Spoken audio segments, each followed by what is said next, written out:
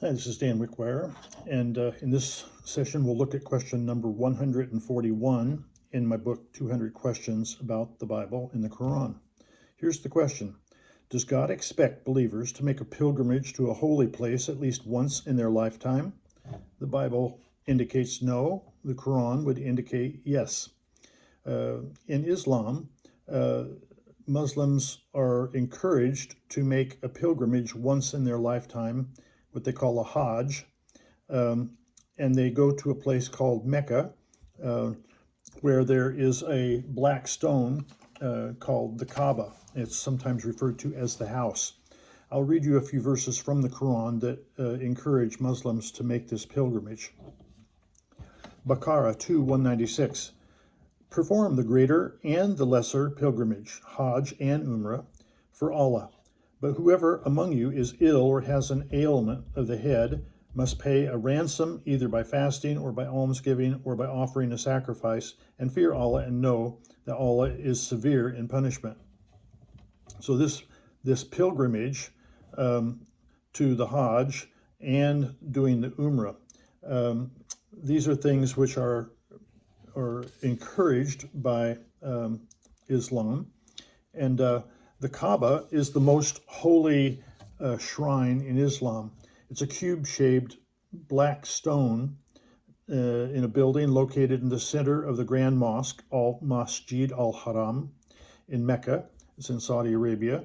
It acts as the Qibla. The Qibla is the direction of prayer for Muslims worldwide, and it's the central destination for the annual Hajj pilgrimage, where worshippers walk around it 7 times.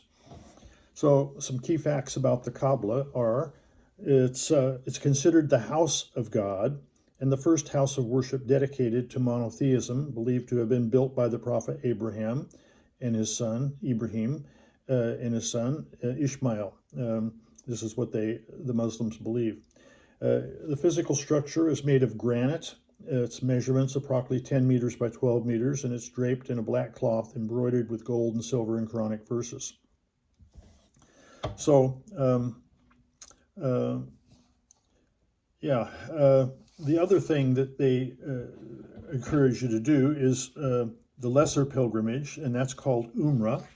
Umrah is a voluntary lesser or minor pilgrimage to Mecca in Saudi Arabia that can be performed by Muslims at any time of the year. Unlike the mandatory Hajj, it consists of fewer rituals, especially entering the sacred state of Ihram, circling the Kaaba, which is Tawf, and walking between the Safa and Marwa hills.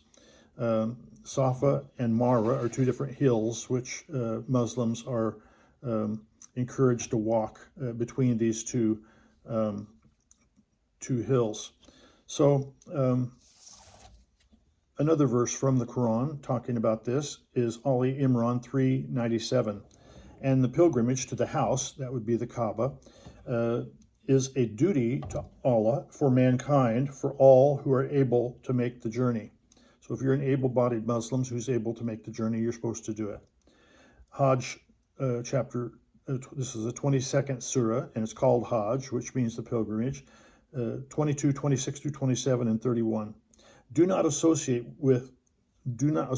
me, that's talking about Allah, with anything, and purify my house, that's the Kaaba, for those who circumambulate. Circumambulate is walking around the Kaaba 7 times. And those who stand and those who bow prostrate and proclaim among the people the pilgrimage and perform your duties of the Hajj, being men of pure faith who are righteous to Allah. So this is something that is expected of Muslim believers at least once in their lifetime. If we look at the Bible, there is no such pilgrimage that's prescribed. And in fact, you can see something that kind of goes in the opposite direction. In Matthew 24, Jesus said, "For false Christs and false prophets will arise. See, I've told you beforehand. Therefore, if they say to you, 'Look, he's in the desert,' do not go out. Or 'Look, he's in the inner rooms,' do not believe it." So these verses kind of steer a person away from going on a pilgrimage or a Hajj or circumambulating something, going out into the desert looking for something. In the book of John, chapter 4, verses 19 through 24, A woman says to Jesus, "Sir, I believe that you are a prophet. Our fathers worshipped on this mountain, and you Jews say that in Jerusalem is the place where we ought to worship." Jesus said to her, "Woman, believe me, the hour is coming when you will neither on this mountain nor in Jerusalem worship the Father. You worship what you do not know. We know what we worship, for salvation is of the Jews. But the hour is coming, now is, when the true worshipers will worship the Father in spirit and in truth. For the Father is seeking such to worship him. God is spirit, and those who worship him must worship in spirit and in truth." So the Bible in John chapter 4, it's not in a location that you should worship. It's not Al Safra, it's not Mara, it's not on this mountain or some other mountain. It's the true worship that God wants is done in spirit and in truth.